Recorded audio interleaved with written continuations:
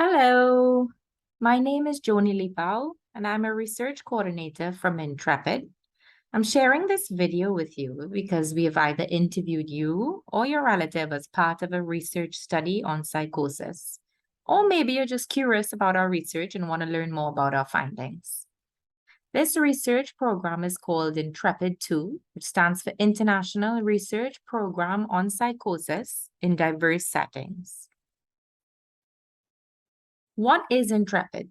It's a research program investigating different aspects of psychosis in 3 settings: Kanchipuram in India, Ibadan in Nigeria, and North Trinidad. What is this research program aiming to understand? So we asked a lot of questions, such as how common is psychosis? What are the common characteristics of people who experience psychosis? And what things increase the risk of having psychosis? How does having psychosis impact people's lives and their families over time? What type of help do people with psychosis seek? And what types of physical health problems do people with psychosis experience? And how common are these? Much of the research that has been carried out asking these questions has been done in European or North American settings. This is why INTREPID is so important, because it's looking at these questions in other settings in India, Nigeria, and in Trinidad. These are some pictures from the sites where the research was carried out. This is in India. This is in Nigeria.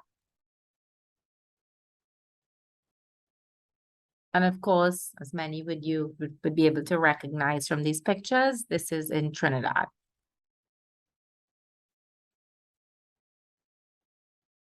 INTREPID interviewed 3 different groups of people in each country.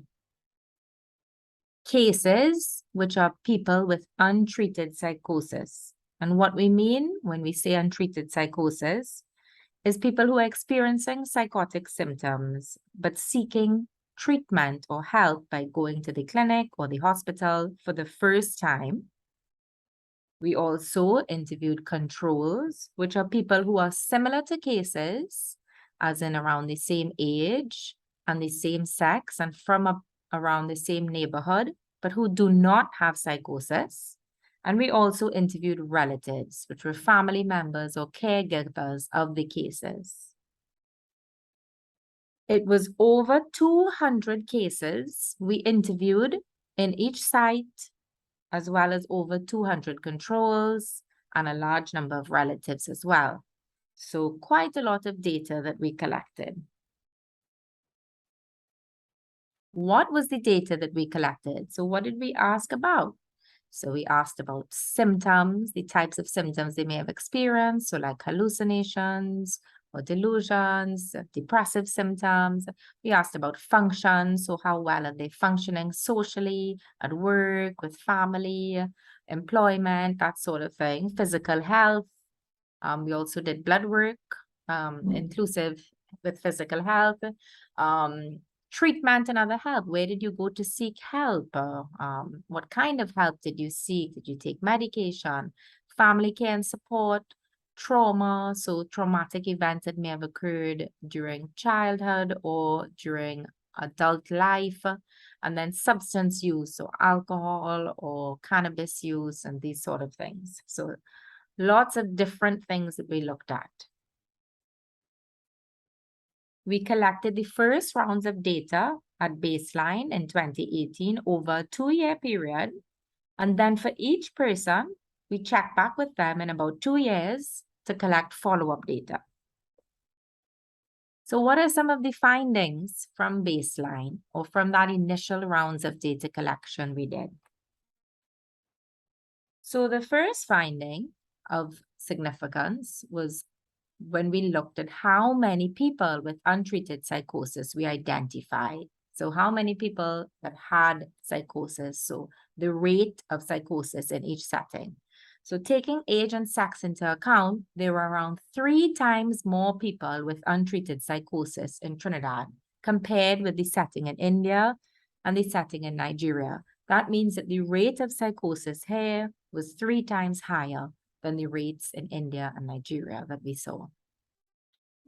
Another important finding was that in Trinidad, around twice as many African Trinidadian people had psychosis compared with people who were Indian Trinidadian and mixed Trinidadian.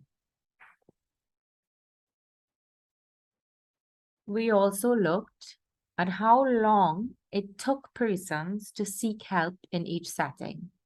And in Kanchipuram, India, from the time that they first had symptoms to when they sought help, it was about 4.5 years. In Ibadan, Nigeria, it was about 3 years. And in Trinidad, it was a little less than a year. That means that on average, the time between when people first got symptoms and when they sought help in Trinidad is approximately a year. In Trinidad, 75% of our cases first sought help from medical services, whether it be psychiatric help, A&E, or general practitioner, and only 2.4% never sought any type of help at all. So we do have a lot of people seeking help for their symptoms in Trinidad, which is a good thing. And many of them going to the clinics or the hospitals or some kind of medical facility. We also observed that cannabis is a big risk factor in Trinidad. When we compared cannabis use amongst controls, which were the people that never had any kind of psychotic symptoms, to the cases, which were the people who did have psychotic symptoms, we saw that cannabis use was more common amongst cases and it was a bigger risk factor in developing psychosis.